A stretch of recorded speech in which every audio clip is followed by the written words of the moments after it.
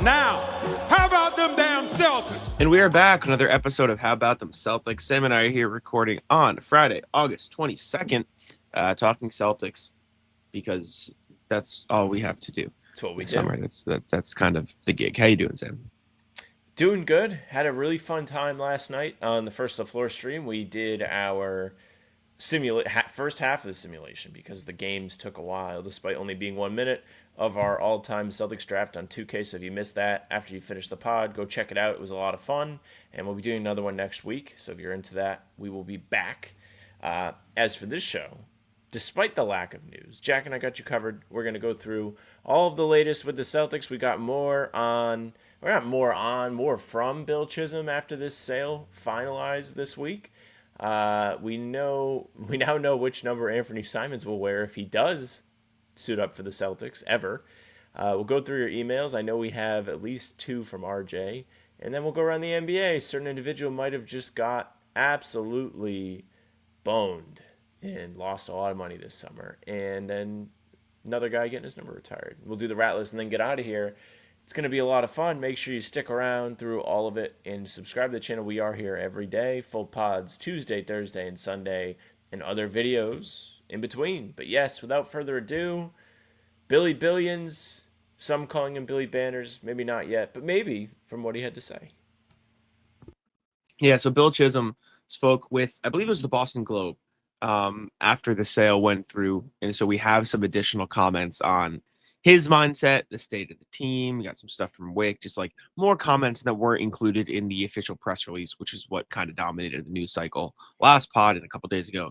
So we can go over that and see what he has to say. So Bill Chisholm spoke about the long-term vision, and he is not going to tank. Like that is basically what we got from him. He said, we're not playing for second. We're playing for championships and banners. We're playing for them in the near term, although we obviously have to do some things to get below the second apron. We're also playing for them in the medium and long term. So there is no mix up. There is no, obviously what else is he going to say? But this was a very defined way of putting it. Like, we want to win. Nothing else matters. Like, get your head straight. That's what we're going to try to do. This was purely financial, what we had to do this summer. So I think that's a good start, even though that's like, yeah, duh. Of course you're going to say that, buddy. Yeah, Bill Chisholm still batting 1,000 on his official statements to the public. The man is seeing nothing but net right now. And listen, it's good to hear this. It's good to hear him address the financial and league-wide restrictions in particular. Like, that is a good thing, to acknowledge what's happening, but to stress that it is for the betterment of the team, which I don't think a lot of people, despite like listeners to this show that are here every day with us, like, they get it, like, because they're in the weeds. But like, your average person in New England that likes the Celtics is just like on whatever socials they're using, and they're like, wait, they traded Kristaps for what? They traded Drew for what? Wait, Luke Cornett's not coming back? How are they losing everybody? It doesn't make sense. Why is the team falling apart? And when you don't know all of that, it's just super frustrating. And you're like, well, it must be the new owner because he's being cheap and he doesn't want to spend the same money as Wick. And it's a really tough situation to walk into if you are Bill Chisholm.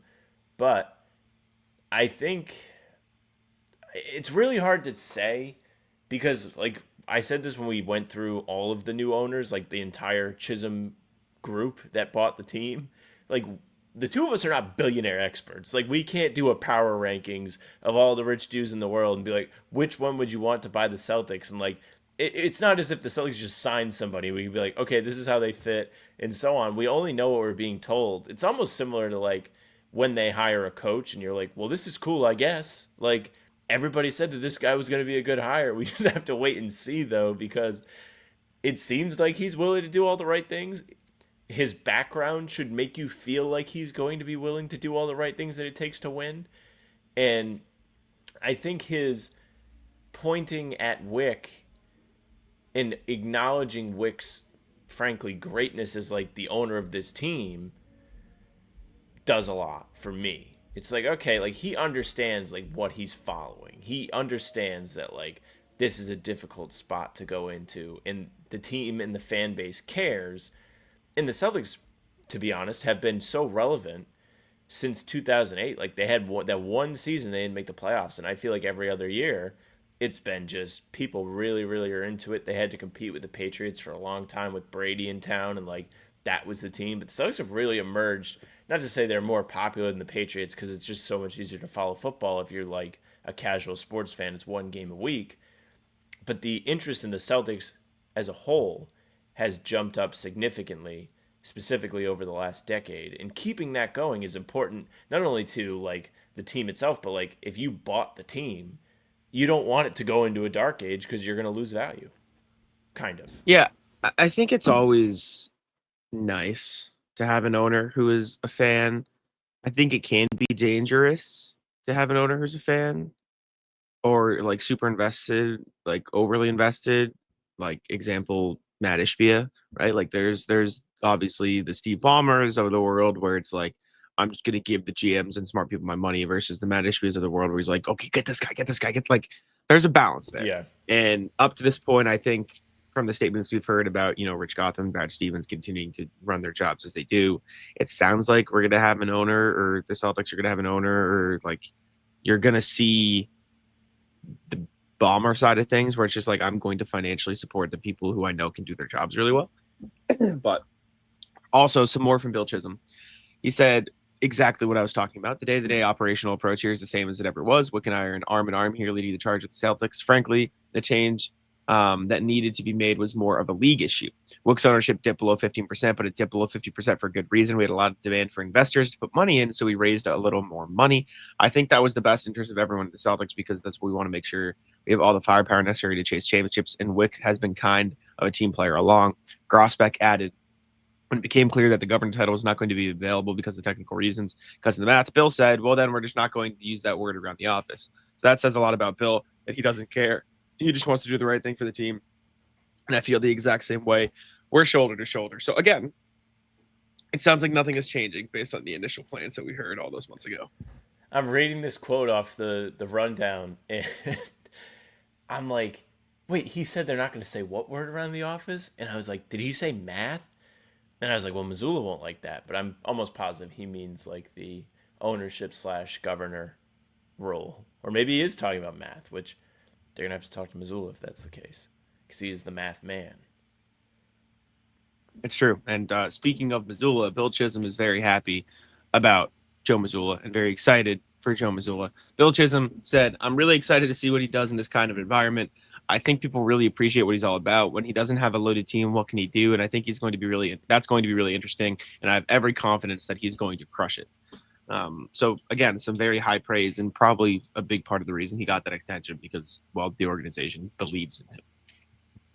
I think that's important too. Like the extension, of course, like was a big deal because it happened ahead of a season with like tons of question marks. Like Missoula could walk away from this season looking fantastic or looking terrible. Like all of the people that hate on Missoula could feel super vindicated if the team isn't good and he looks bad.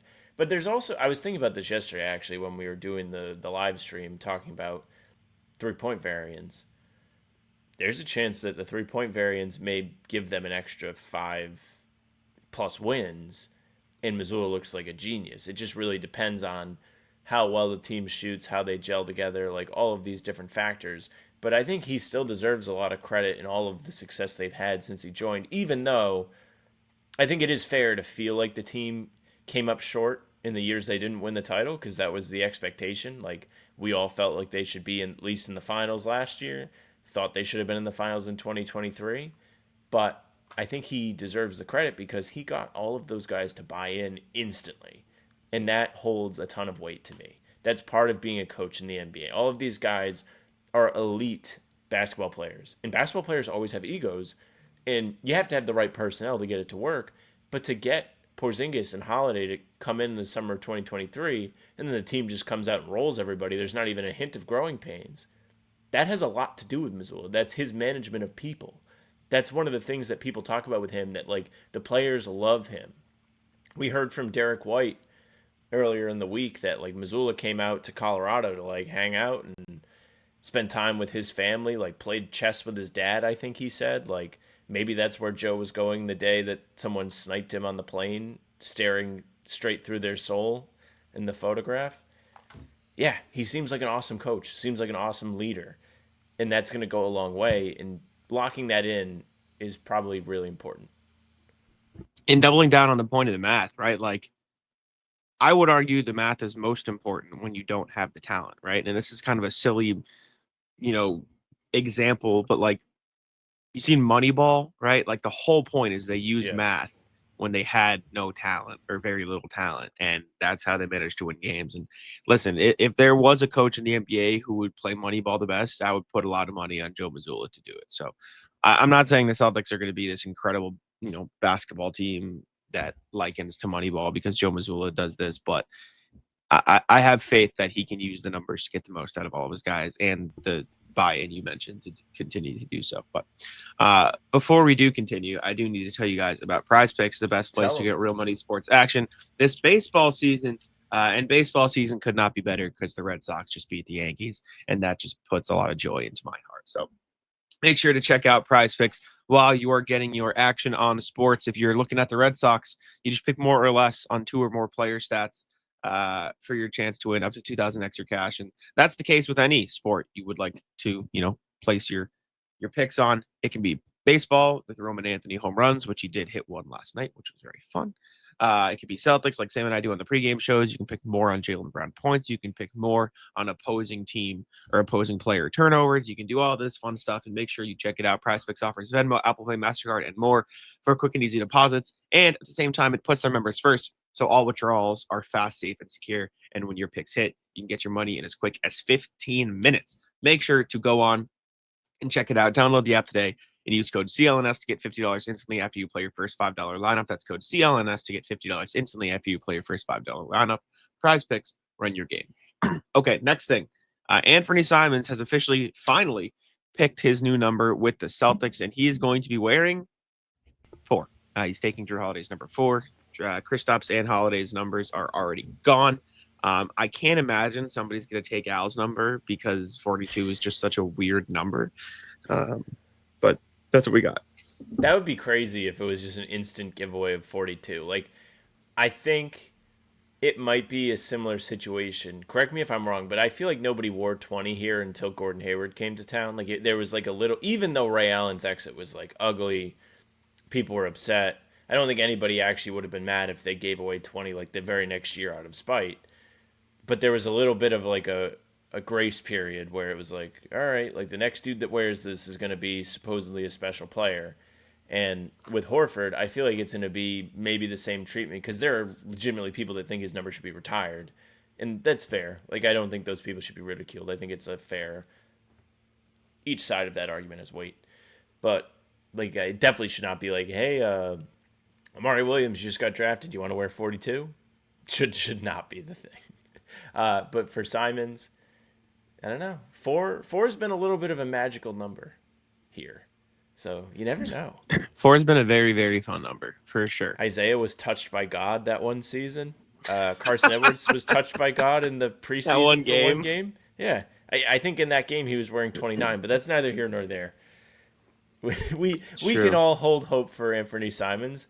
And listen, like, as much as there have been so much discussion about like, hey, he's going to get traded, like, he could still be awesome even if he's here for a year. Like, offensively, he might be a really fun guy to watch.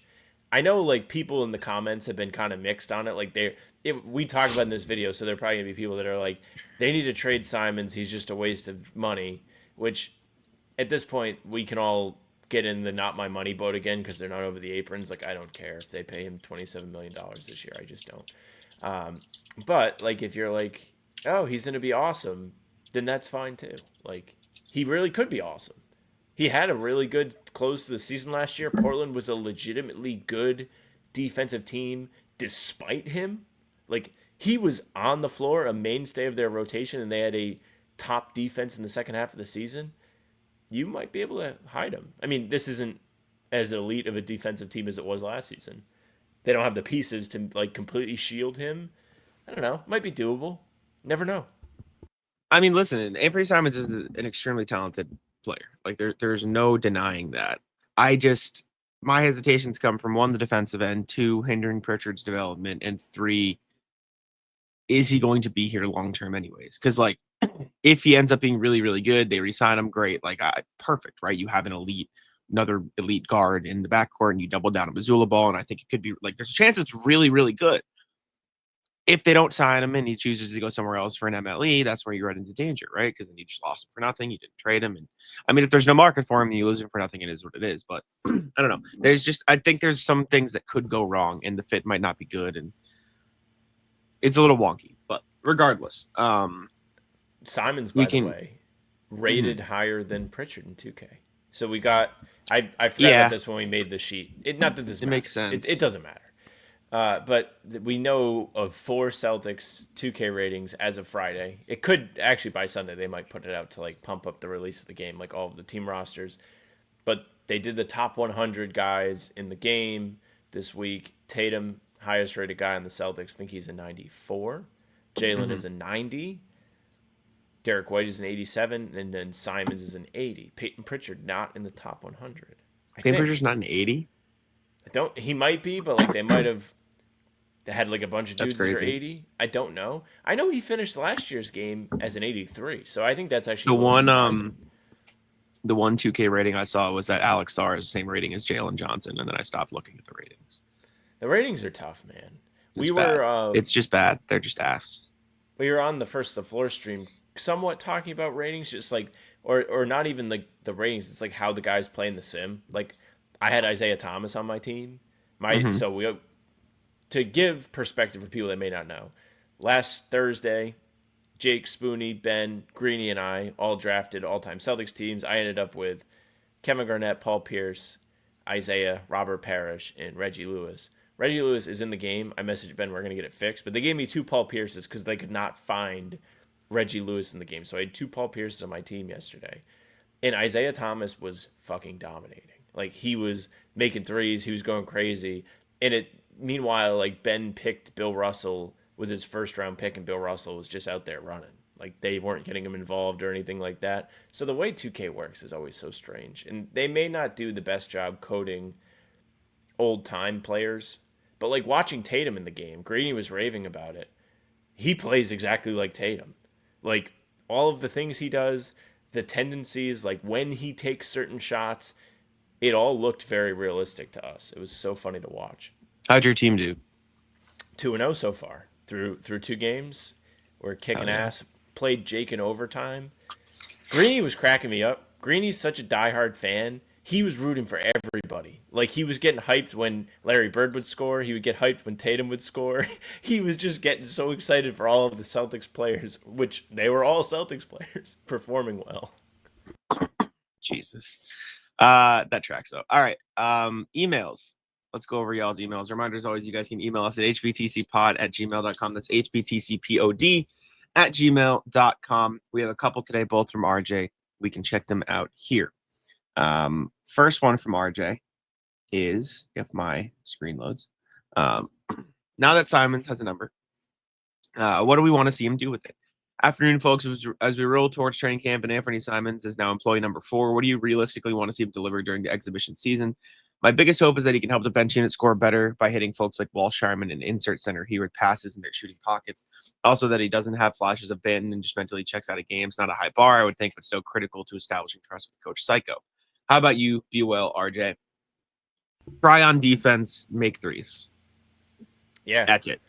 Period. Obviously, the passing would be nice. I honestly don't think that's I think he's more Jordan Clarkson than TJ McConnell, though, in that respect, if that makes sense. That's fair. And so I think depending on Shireman and Pritchard and White and anybody else to pass is probably more likely. Not that he can't pass. He's fine, but he's a score-first guy. I am intrigued with Simons because he has not been able to rely on others very much the last few seasons. Like, ever since they got rid of CJ in Portland, it was like him and Dame, and then Dame was like on and off hurt for his final couple seasons there. When Simons was playing with both Dame and CJ, and he was like asked to do significantly less, he was far more efficient. And if he's able to fit into a smaller role with the Celtics and really thrive there, I think it could not only do a lot for him, but also the team. Like, if he does embrace a 6-man type role and does it well and doesn't like just go out there and chuck, like he plays similar to Pritchard last year where he's ready for his spots. He could create a little bit if they ask him to, but nothing too crazy. It could really, maximize the value they got from him. the buy-in is the biggest thing. You said it, like, to be a plus defender would be a huge thing. Just don't be the absolute worst on defense, and we might be cooking, is really the takeaway. Exactly. Just try. Like, look, Trae Young, bad defender. When he tries, Hawks can be a good defensive team. When he doesn't try, they don't, right? It doesn't matter if you are an elite defender. Your team can have a good defense, but you have to try in order for that team to have a good defense. And I think we'll see some of that. Hopefully, I should say. I hope we see some of that. RJ says, recovering on all fronts, morning folks, getting better from an injury happens on so many levels. The physical healing is sometimes the easy part. When I was in college, I slipped on an icy sidewalk, landing straight down on my knees, ouch. And then my legs continued to slide apart because of the ice momentum, ouch. One of my knees popped and I felt no tension in my lower leg. That was scarier to me than the pain of the fall.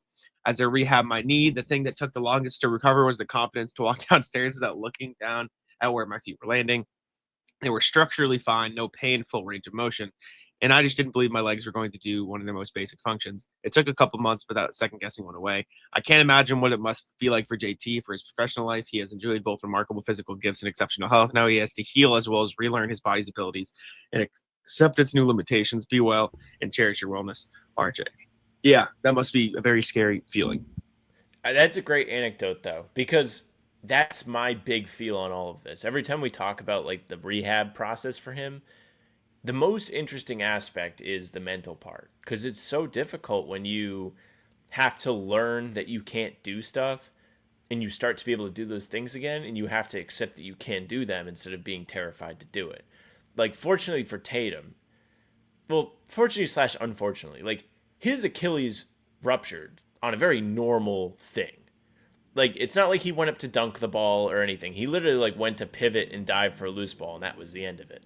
Now, with that being said, like, it was a very normal thing he did. So it's like, oh man, like, that was the straw that broke the camel's back. That was the thing that did me in, was just that. I would do that all the time. Now I have to be afraid to go and play basketball.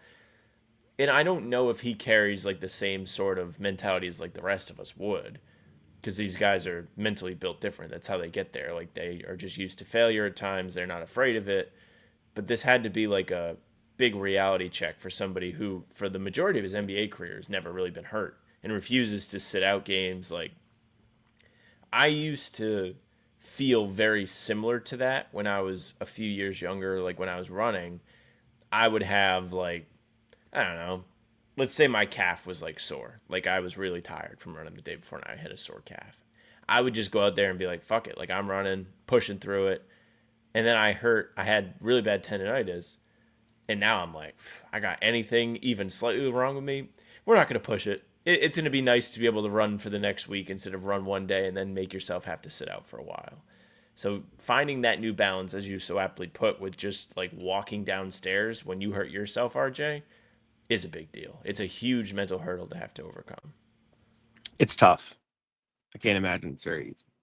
All right, NBA. Let's jump on over and talk about Mr. Malik Beasley, who is no longer the subject of the federal investigation on gambling.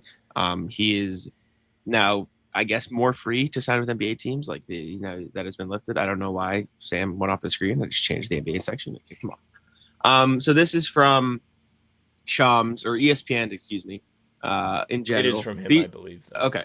Beasley signed a 1-year contract with the Pistons in 2024 offseason. As a result, where's the actual part? I want to find the actual tweet that says like what happened and why he is not a part of the thing anymore. So let me go to Shams' Twitter real quick. He said, I got it. Okay. 1 second. But yeah, Malik Beasley is now free to sign with teams, but money has kind of dried up, so there's not much for him to do.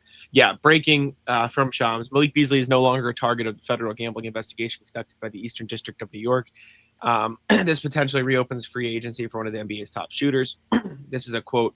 Months after this investigation commenced, Malik remains uncharged and is not the target of the investigation. This is from Malik Beasley's attorney. An allegation with no charge, indictment, or conviction should never have the catastrophic consequence this has caused Malik. Beasley's attorneys told ESPN that they had extensive conversations and meetings with the Eastern District of New York and were informed Beasley is not being considered the target after the allegations regarding on gambling and prop bets during the 23-24 season. So he is free to sign with teams now. I don't think this technically means he's not guilty. This means he wasn't charged.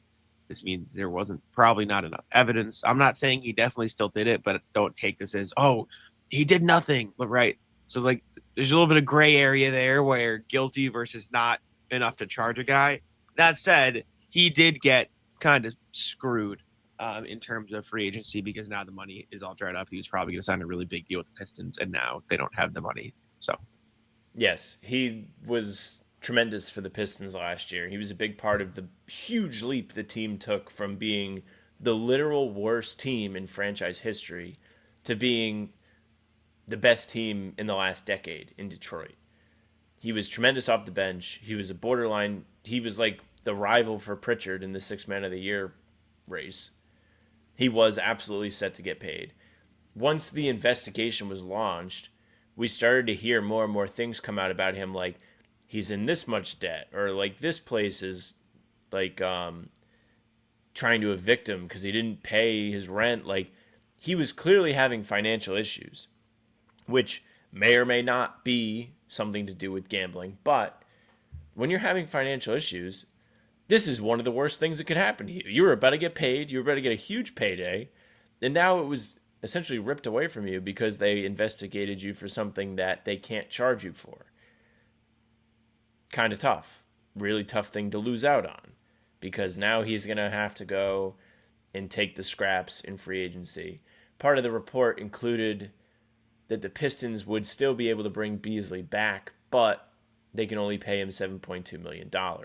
Around the NBA, the Bulls, Pacers, Pelicans, Kings, and Wizards, as well as the Brooklyn Nets, all have the ability to offer him more money than that, with the Nets having more than $20 million to spend. So there is a fair chance he ends up with the Nets, especially considering that finances are probably very important to the man right now. It's upsetting to me on two fronts. One, I just think he got absolutely shafted by this. I think you make a good point where just because he wasn't charged doesn't mean it didn't happen. They just might not have had the evidence to truly take it out on him. But at the same time, like, he set himself up for a big paycheck and he won't get it. And also the Pistons would have liked to keep him. Like, that was in this report. They still could, but they could, but I don't know if that's in his best interest anymore. And they're going to lose out on a guy who was a big part of what they did last year. And that stinks too. Yeah. There's still some places that he could sign with that could be a little bit interesting. Teams that have the ability to sign him to more than the $7.2 million the Pistons could give him. This is from that same article, I believe. Bulls, Pacers, Pelicans, Kings, Wizards. The Nets have cap space of $20 million. I think the Pacers and the Kings are probably the most interesting of that bunch, if not the Nets. One, because I think the Pacers probably going to have a down year, but if you get him on a multi-year contract, adding Malik Beasley next to Halliburton and Siakam next year and beyond is pretty good, right? Like, that's not bad. And in the short term, he'll probably get plenty of shots on that indie team. The Kings is maybe a little bit more awkward, but if they want to put floor spacing around Sabonis, like, there you go, off their bench. And then if you're the Nets, why not sign Malik Beasley to a $15 million contract and flip him at the deadline? There's going to be suitors for sure, right? And if you're Malik Beasley, play half a season in Brooklyn, hang out in New York, and then go to a contender. Like, that's pretty fine pathway. So it sucks that he couldn't stay with Detroit where he had all that success, but I do think there are some pathways for him to still get a little bit of decent money and then go somewhere good in the short term. But maybe he just wants to sign a 1 year with Detroit and move on next season. Yeah, I think the Brooklyn thing is the one that makes the most sense. The exact situation you laid out. That's where the money is. There's still there's a large chance that he would get traded at the deadline to somewhere where he can compete to win a title. Maybe even Detroit, depending on what they're willing to give up for him.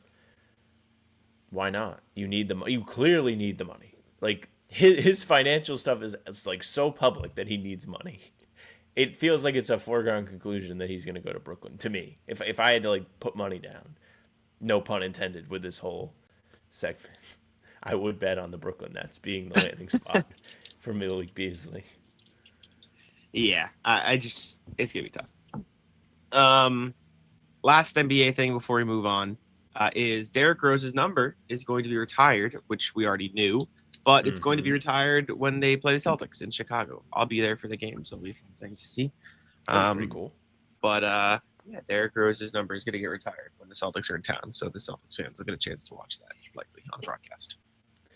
Yeah, deserved number retirement. Pretty cool story. That ended up kind of tragic. Guy from Chicago, number 1 pick in Chicago, wins an MVP, youngest MVP ever, and then still has a couple good years after some brutal injuries, but then bounces around the NBA for a while. Happy to see this kind of recognition. I do think it's deserved, but he is one of the big what ifs in the NBA.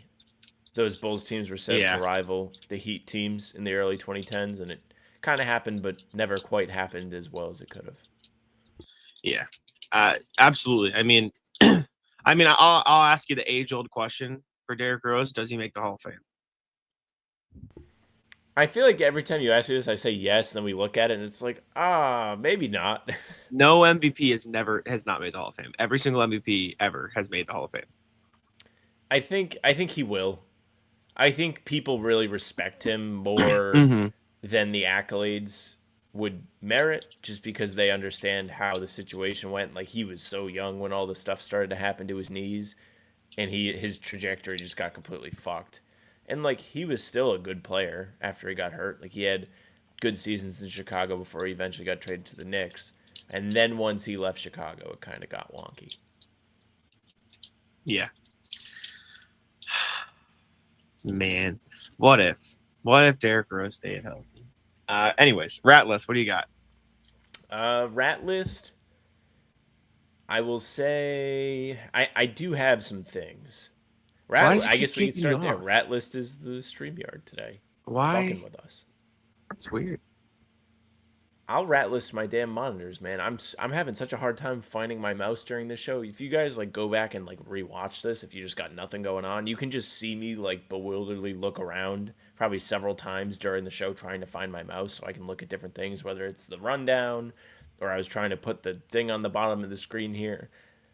It has been a struggle. I know you think this is hilarious. I just don't have a physical mouse. I always use the trackpad. And you think it's psychotic behavior. Still? Yeah, I don't know, man. I don't really have a lot of room for the mouse on this desk. That's insane. But I'm so used to it now. Like it's not that bad.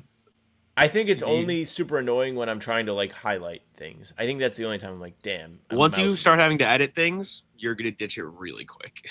Yeah. That's true. Now I think about it. Well, I mean, you get one on Amazon or something. No. I mean, it's not gonna be like an expense. It's just gonna be still. What do I want to rat list? That's a good question. I don't really have many great rat lists. I do have a funny story that I forgot to tell from Vegas. All right, pull it up. That I just randomly remembered right now. I was gonna say pull what up. I'm just talking. So I was sitting with. Who was I sitting with? I think Bill Sy in Vegas because he came out. So I was sitting next to him. He's like, "Where are you from?" And I go, "Oh, I'm from south of Boston." He goes, "Where?" I'm like, "Oh, from Easton, Mass." And dude in front of us turns around, so we're sitting in the front row. So these people are like sitting courtside. He goes, "You're from Easton?" I was like, "Yeah." And he's like, "It's with the boonies, man." I'm like, "What? What do you mean?" It's just Patrick Ewing like shitting on where I'm from. Because he's from Cambridge, so he knows where Easton is. And I was like, what do you mean? I was like, what? But I don't know why that just came to me, but Patrick Ewing was just sitting in front of me, and I was just like shitting on Easton. It is like, wild what the hell, that man? He's from Massachusetts. Like we don't get a lot of great athletes up here. It's pretty cool. Like I remember Bobby Kravitsky and I were sitting, as we all do before like a game in the playoffs, and Pat Ewing walks in, Celtics Knicks. I think it was game 1. He was in the house. He was like talking shit to Sam Cassell. He's like, I'm home. And it's like, this is so weird that like he's from here, because I think we all kind of forget. I forgot for sure. I forgot. But yeah, shout out. Rat list or anti? Yeah, rat list. Rat list is geography, man. I'll spin it. So I hate that like really cool events typically don't get held near us. It turns out we have a massive return happening. Childish Gambino back from whatever caused him to cancel the tour last year, which was devastating. He's going to be doing Tyler the Creator's Festival in Los Angeles in November. I'm pumped. Happy he's back. Chance is back too. Chance is back. Put out a new album. Pretty decent, actually. I enjoyed it. And I mean, I'm pretty sure the festival is streamed on Twitch, so I'll be seated. I'll be watching. It's impossible to get a ticket. And they sell the tickets before Tyler? the lineup is announced. Yeah, before the lineup is actually announced. So it's like I had a lot of people like theorize that this would happen, but we didn't know. And I wasn't gonna buy a ticket to go out there for that, especially like right now. Like you don't even know who's gonna be on the show. But I'm excited he's back. Hopefully the tour returns. If he does retour, I'll go. I promise. I promise the people. I know everyone cares so much. I will be seated. But yes, very excited. Hell yeah. Ratless trivia the other night. So we did trivia. Oh, that's right. Follow up rat list. We played. So there were 7 of us. And we get there. We're like, oh, we might have to split into 2 teams. That's what it is. Lady doing trivia announces, if you have more than 7 players, please split up. And so we're like, oh, perfect. That's really weird. But perfect. Yeah, more than 7 players. We're good. We get through the first round. Killed it. Got them all right. It was an easy round. And lady goes, I see you guys, register to 7. You're going to have to break up. We go, what do you mean? You said more than 7. We're 7 exactly. And she goes, oh, no, I meant more than 6. I'm like, not what you said. It's just not what you said. You said more than 7. She goes, I meant like 7 or more. I'm like, that's not what you said, though. And so we had to split up into 2 teams. And she goes, but you guys can still like confer with each other. I'm like, then what's the point of splitting us into teams? You're just hindering other teams' abilities to get prizes because then we'll have 2 teams and there's only 2 prizes. So it's just the top 2. What were the prizes? A $25 gift card and a $15 gift card. It's just money off your order. So it's like kind of lame. Pretty good. It's the point of like just going. It's whatever. But we're playing, and so for the next like round or so, we're like conferring because they said we could, which is stupid, but we were doing it. And then we grew conscious. We're like sitting first and second, and we're just like, okay, this is a little lame. We're gonna stop doing that. Like we're gonna be literally 2 teams, and we get to the like last round, and still 1 and 2. Right, we're still winning by like 3 or 4 points above 3rd place. And she just goes in the announcements and she goes, I'm just gonna treat you guys as 1 team, so you can't both win the prizes. We're like, what do you mean? What's the point? Like, what you literally like? What is wrong with you?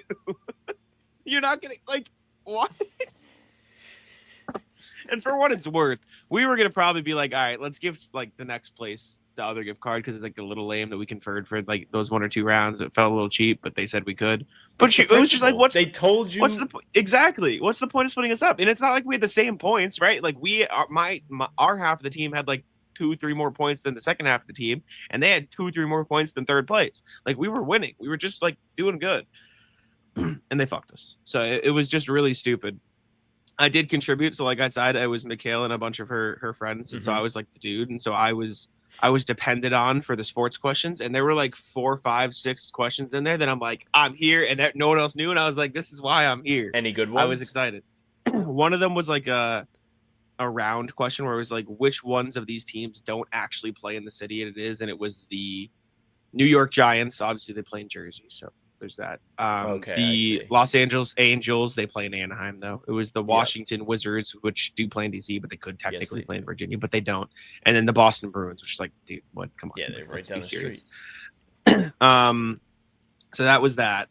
There was, who was the 2024? It was like, we're going to give you 2 descriptions of people that have the same last name, but tell me the people. It was like Freeman, and it was like 2024 World Series MVP, Freddie Freeman. Yep. So I knew that. It was Bradshaw. It was like the Steelers quarterback. It was Terry Bradshaw. Okay. And then there was a random non-sports one that I got. It was like, this onion festival is in this southeastern city of Washington, but the category was like the same word. So it's like, what's another name for mini golf? It was putt-putt.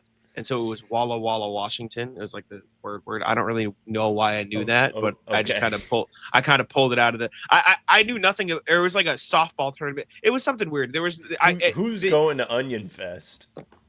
The information of the city had nothing to do with why I got it. I was just like, I know there's a city that has the same name twice, and it was Walla Walla, and so I got that.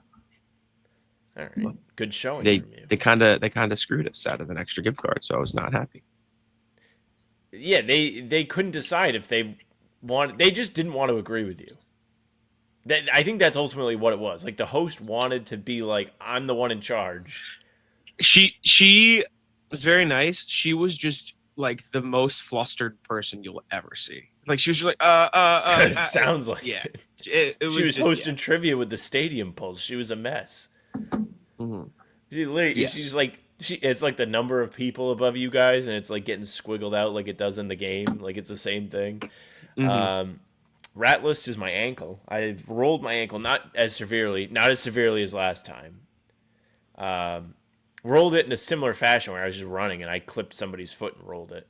But I'll tell you what is adrenaline is a hell of a thing, because I was like in my head thinking I'm gonna have to stop playing basketball. Mind you, went to basketball yesterday. Usually runs are like from like 5 to 7. This probably happens like from 5:15 to 5:30, like very early on in the basketball runs. I'm like, man, I'm gonna have to come out and like I'm gonna be done for the day. Like I shouldn't even have came. And then like I feel better, like finish the game and feel pretty much normal. Like I still know it's there, but like I don't feel it. I must have missed 5 shots for the rest of the run. Like it just went scorched earth. Like in the zone, completely locked in. Felt like Ray Allen sprinting around the court, catching and shooting. It was the most fun I've had. So happy I stayed and played. Must have won 8 games in a row or something like that. Crazy. Like we went on it was me, my friend Worth, who's a very good player. This other dude that used to play pro, but he's like much, much older. And then, man, who was the last guy? I can't even remember. I'm having Wait, who was your team? You, Ray, Worth, and who? No, not Ray. Oh, It was me, you and Worth, and this other dude that's like 6'6" that used to play pro, but he's much, much older. Like he's far older. What was this, Wednesday runs or Monday runs?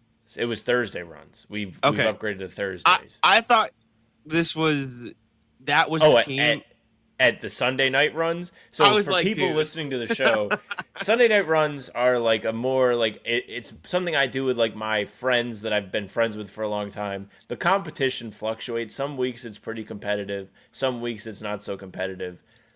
The midweek runs are more competitive. It's only 4-on-4 because the court's small. And I have stopped going consistently on Wednesdays because it's literally so busy that if you lose, you have to sit and wait like a half hour plus to play. So we've moved to Thursdays. And we had like 12 people. It was like perfect. 3 teams. 1 team sits, the other 2 play, and so on. Got a really good team. Really, really good team. Ball was flying around. It would bring a tear to a basketball purist eye, the amount of for context, because I have seen it and the listeners have not. Worth is like a post god. That's kind of what he does. But he can shoot too. But he's like he's the post guy. That's what he does. It must have been something about the ankle, because Worth turned his ankle later in the run, had to sit out for half a game, and then came back and made 2 massive shots to seal the win for us. Shout out, man. And the best part of the win streak was we played with 11. We must have had the other team get to 10 like 4 games in a row. And one of us just made some crazy shots. Yeah, it was awesome. There's no better feeling than just being like unstoppable in a game. Like they're feeding you every single time. It's happened to me a few times. Like I remember it happened to me. I had my Grant Williams game. See, I play in the post, but I had one game where Sam was there, and it was at one of those Sunday night runs he was talking about. And I made, it had to have been 5 threes in a game to like 20, 21, maybe more than 5 threes. And they were like ignorant shots. Like I was running and just shooting off the catch while I was still moving. It was stupid. I was calling inbounds plays for myself. It was dumb. I've had something like that in the post too. When I get the right matchups, like I'll just like get fed in the post. Those are, I don't know what's more fun for me. Those are different though. Like those are like you're just physically imposing. Like they cannot stop you from getting a layup. Like when you're locked in, like you can't miss a jump shot. It's a crazy feeling. It's wild for sure. Yeah, I don't know. I don't know if I have anything else. let me ask you something. Do you have any like? I know you play like a good amount of video games. You play a lot of video games with like your friends, like from home, though, right? Like, We just started do you have Minecraft Realm. Okay, Mm-hmm. interesting. I am not someone who's played as much Minecraft as the average person. A lot of my friends, like I have Minecraft. I've played Minecraft before, but I never played like my time played is probably less than it is on College Football 26. Sure, yeah. But anyways, so like when you play, you typically play with like people you know. Like you don't play with people like randoms really. Like you haven't made any like Xbox friends per se. No, not really, no. So Ray and I I play are with gonna like meet- fringe people, like Okay. like friends of friends, but not Yes. like yeah. So Ray and I are set to meet one of our Xbox friends this weekend, so that's gonna be interesting. Very cool. Yes, guy is a trip up here, so we're Shout out. gonna bring him down to the good old Ocean State, show him the lovely place we have here, Where is he from? Texas. Oh, fun. Yeah. That's fun. That's all I got. I have nothing else. The only other outlets is I've been planning my travel for the season for the Celtics, and they have so many road game, home game back-to-backs, and so I'm just gonna be exhausted It is at tough, a lot of man. these home games. There's so many of them. But that's all I got. You got anything else? I think I'm good. I think my ankle's Well, okay. I'll be back in commission. W. In that case, appreciate y'all for tuning in. Make sure you leave a like, subscribe. Oh, People have already clicked off, so I'm actually gonna save this. I'm gonna save it. Sorry to interrupt. all right. I'll let Sam take it out. Big tease for the next rat list. Write it down. Don't forget it. Oh, I won't forget it. I remembered it last time, and I remembered it this time. I'm just trying to give this person a break. They don't need to be on every rat list. But thank you very much for listening and watching. Make sure you leave a like, comment, subscribe. We are here every single day. Full pods drop Tuesday, Thursday, Sunday. Game recaps up to one after each game. And other videos are here in between to keep you up to date with all things Celtics. You can find the two of us here and on Spotify and Apple as well. All pods and recaps are there too. So if you just want those followed, they will go right into your feed. Leave a 5-star review. We appreciate you very, very much. You can email us, hbtcpod@gmail.com is the address for that. We are reading them every single podcast as we did today. Shout out to RJ, the email king, always in there, always in the inbox, giving us great off-season content. You can find us on socials as well at How About Them C's for Twitter, Instagram, and TikTok. Facebook's the name of the podcast. All streams are there. They're on YouTube. They're on Twitter. Jack's Twitter is Jackson NBA. Mine's at Samuel France NBA. What's up for us? Check